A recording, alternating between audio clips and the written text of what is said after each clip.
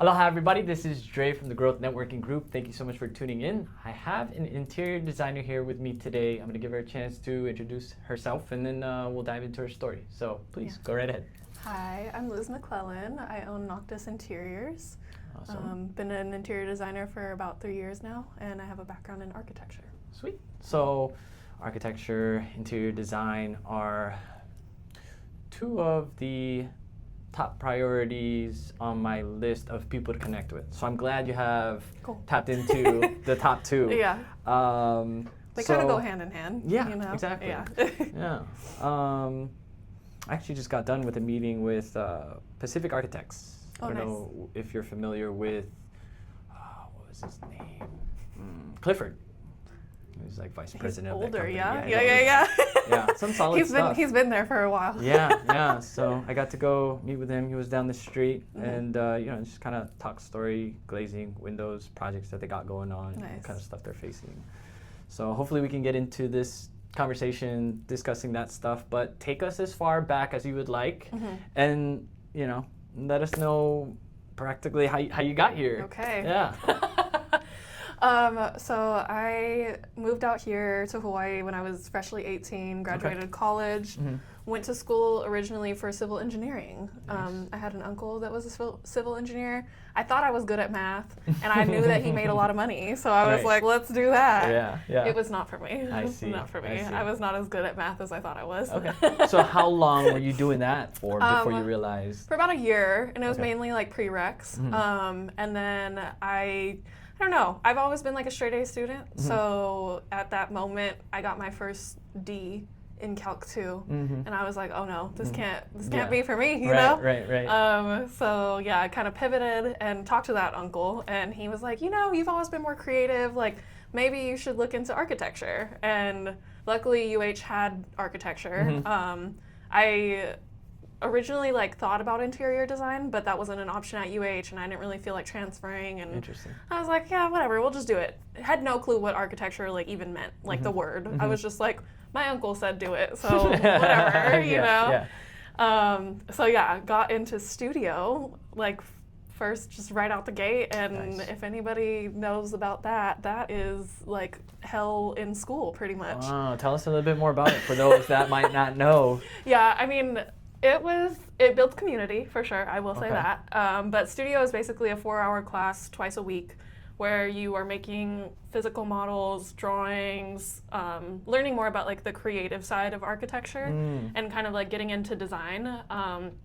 And it was very expected that you pull all-nighters to accommodate deadlines for school. A lot of us had jobs, so there was a lot of in and out. We had 24-hour access to studio, and we would be there at 3 a.m. making animal noises at each other, Goodness, so. Yeah. That's wild. Yeah. So that was quite the experience. Yeah. But yeah, I stuck it out. I loved architecture. I thought it was amazing. It was actually funny though, because the first week or whatever in the studio, they asked what drew you to architecture, and I was like, oh, I was always interested in interior design, and someone laughed at me, and I was like, okay, that's weird, but I mean, they're one and the same. I think there's the interior decorating that you can do that's more your throw pillows, accessories, and furniture and stuff like that, but love that. I'm getting into furniture now. It's super fun, but you also need a good understanding of how to renovate and new builds, materials, how things come together structurally. Exactly. It's good to have your hands in all those different pots so that you can be an informed designer. Exactly. So I wouldn't change the way I went about it at all, truly. Yeah. So I do feel some of the interior design courses for students aren't as geared towards that. It's more maybe about color theory and fabric selections and things like that, but and not to discredit people that go through that process at all. That's definitely valid. I just prefer to work in the construction side of things. Yeah. And that's where my heart is, truly. So yeah. That's good. That's good that you know that, and that you knew it early on. A lot of people would struggle and burn out later on in their career and then have a change. Well, so I mean, I kind of did I might have. Yeah. I think architecture, as much as I enjoyed it, obviously I'm not doing it anymore. It wasn't really for me. I am a more creative person, and I feel like all the parameters and like risk and liability that comes with being an architect. Oh yeah. I can't do it. Right. Like A lot of pressure on that side. Yeah, for sure. I get it. For I sure. get it. The risk factor. Yeah. I yeah. see. Mm-hmm. I see. Yeah. So graduated from UH with my bachelor's of environmental design. Cool. Worked at a small local firm for about 3 years. Things changed in the business, and a lot of people got furloughed, and which, you know, that happens in the design industry a lot. And during that time, I was like looking elsewhere, and I found Noise Studio, who I like loved working for. That was like such an eye-opening experience for me, and like introduced me truly, because I've always wanted to do luxury residential design. Like that's always been like the thing that like I see, and I'm like, that's it just it for me. captures your you know? attention. Yeah. It's most captivating, and it's most clean. It's just it speaks I like to it too. me. Yeah. And so like, but I was like, I just didn't have the like way to get in there yet. And then when I worked at Noi, it was like that was all we did, and I feel like we were like leaders of design in Hawaii, and I felt very like passionately working there. Yeah. Unfortunately, that company closed. So now I have my own company. Well, there you go. I mean, it sounded like a great stepping stone. You got the experience and all that For good sure. stuff. Yeah, and like the support from the partners and everything too is like great. Yeah. Like, all of my previous like coworkers and stuff are super supportive of me, and like I feel like we all like support each other in our new endeavors, you know, because we all do different things. Yeah. Like I was always the one that was like doing all the technical drawings and like, you know, all the like more, I guess, like detailed kind of work. And then I had my protege, Kiara. But she's traveling the world with her husband now, so I love that for her. I see, okay. And then we had some other girls that focus more on like procurement and like furniture. So it was like the dream team, truly. Yeah. So it's nice that they're doing their own thing now, and we all design in like different ways. Oh, that's awesome. Obviously, you still have some of that stuff that you guys were working on. Please share. I'd love to throw it up so everybody can see what it is. I mean, if you're open to it. Like no pressure. the project, like images and stuff. Yeah, or? if you can. Yeah, I'm sure. I can point you to my website. There's lots of stuff on there, and I'll send you my proposal too. I've done some. So I've done some new builds in Kahala. I'm working on one in like Diamond Head area right now, and then done some projects in Kauai that are more like those were funded by a developer, so it was a little bit different. By any chance? Yeah. What lot? Because I'm on those lots Lot too. J. Okay. Yeah. Gotcha.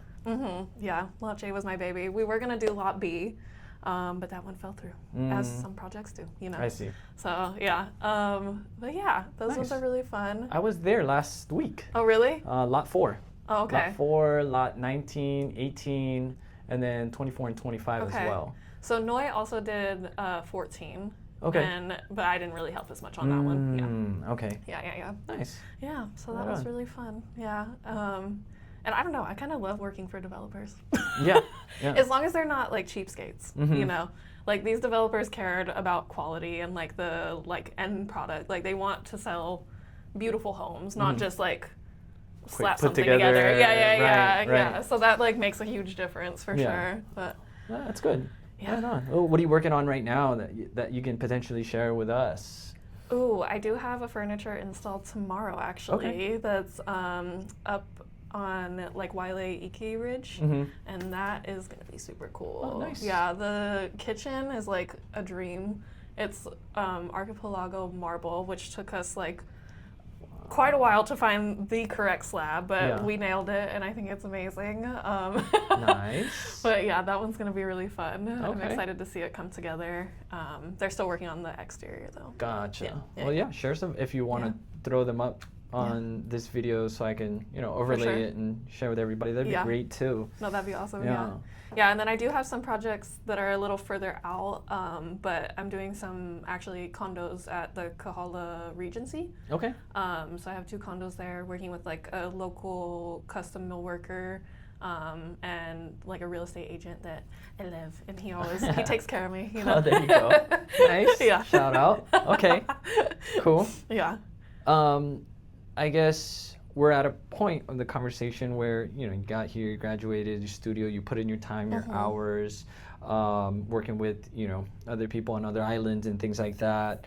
Where do you see your future, I don't know, in the next year, in the next 3 years, 5 years? Okay. How do you envision some of this stuff for you going? And I guess also, I guess we'll start there because I have so many questions. But yeah.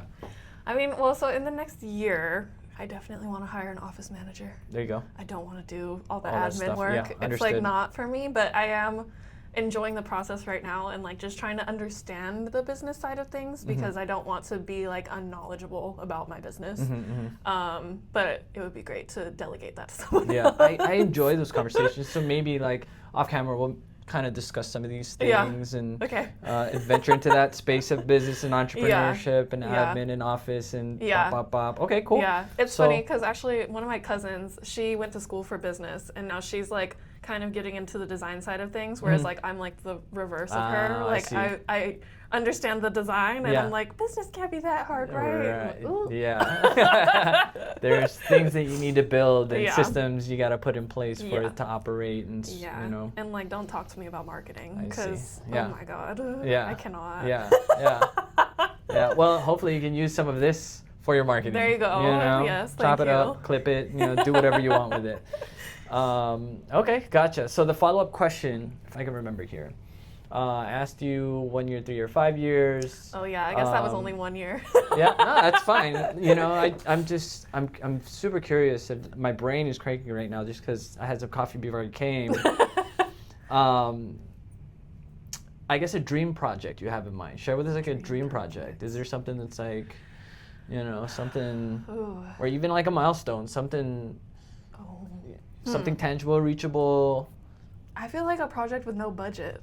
That's my dream project. Yeah, because it's with less no stress, budget right? And creative freedom. Yeah. Like someone that just like loves what I do and is like, go for it. That's my ideal. Oh, that's awesome. Yeah. Right. I would love that. Okay. And you haven't had the opportunity to really go, that was a dream project.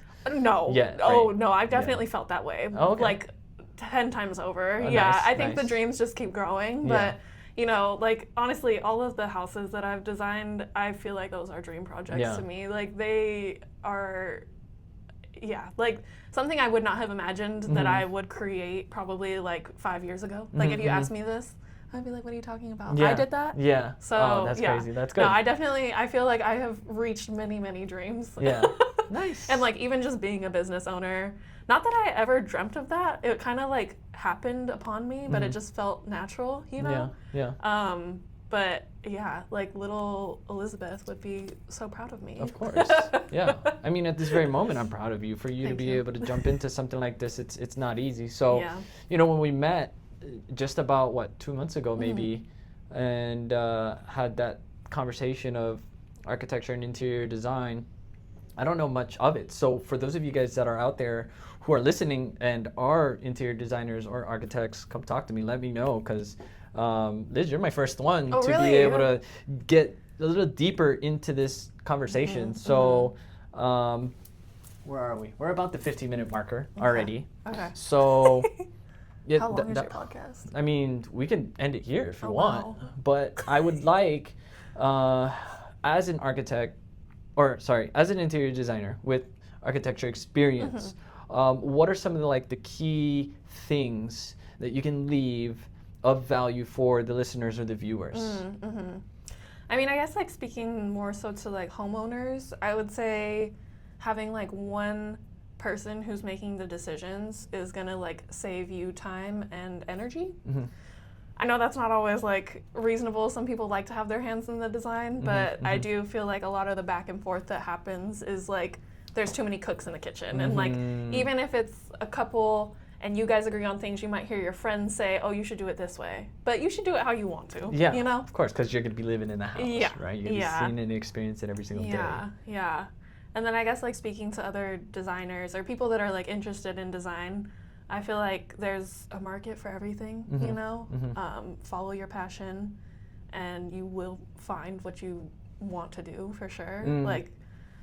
I think just keep following your heart. And if that leads you to different jobs, different career paths, just do it. Yeah, gotcha. Yeah.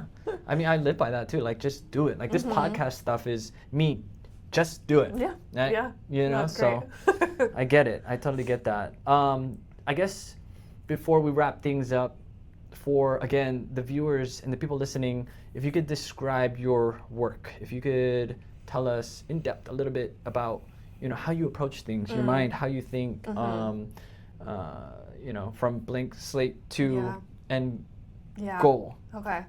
Well, it all starts with a plan, for sure. And I don't mean like a plan of attack. I mean like a 2D plan, floor plan. Like, right.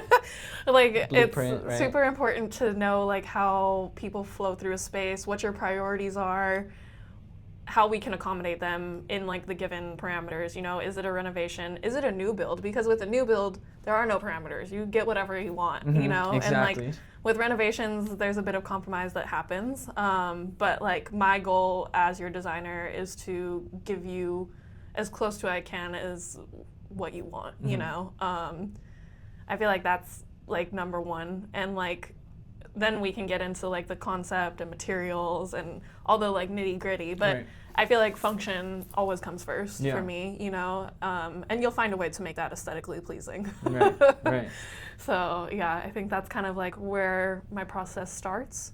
But like, I feel like my favorite projects that I've worked on and the things that I'm like the most proud of, they've had my continued support throughout the whole process. You know, amazing. like I've been on it from the very early conversations with the architect, and like helped with like the initial like space planning layouts and like furniture layouts and all that. And then I continue to work with the contractor during construction, constantly answering phone calls, you know, going to site, being like, you need to hang this light at that height. Like that looks a little funky.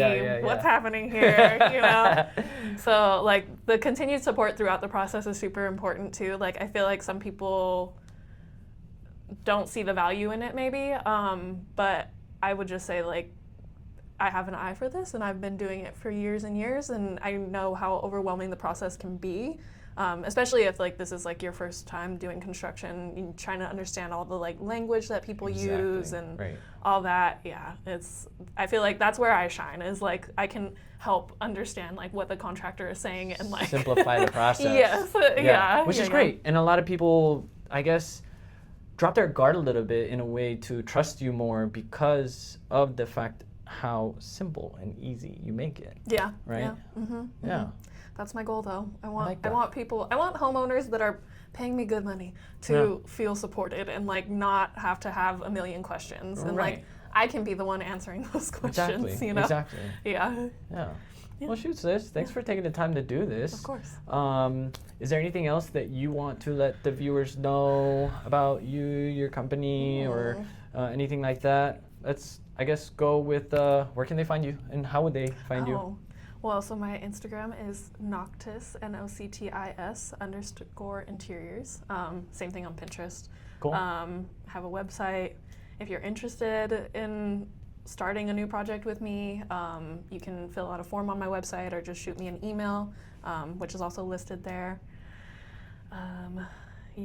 What about the name of the company? Oh, last thing. Okay. Where did that come from? What is it? What does it stand for? How did it come about? So Noctis actually means of the night in Latin. I am a very dark and moody girl, so I've always been kind of drawn to like darker interiors, and I like light interiors, but I always feel like you have to balance it with something dark, you know? So that was kind of how that came about. And also, we spend so much of our time in our houses at night, you know, like we're constantly out in the world during the daytime, at work, whatever. I feel like night is like when your home feels like the most home, you know, like that's where we sleep, that's End where, of the day kind of thing. that's where you're winding down. Like I feel like nighttime in a home is like super important. So I'm really big on like lighting and making sure that, you know, it feels good when you're there at night. And that kind of like bled into my logo, which is a black-burn sphinx moth. It's a native endangered species to Hawaii. And I just feel like moths are, you know, they're basically the perfect representation between the balance of light and dark, because they're constantly in pursuit of light while living their lives in the dark. So that's amazing. That's good stuff. That's your spirit animal, isn't it? I do love moths. Yeah.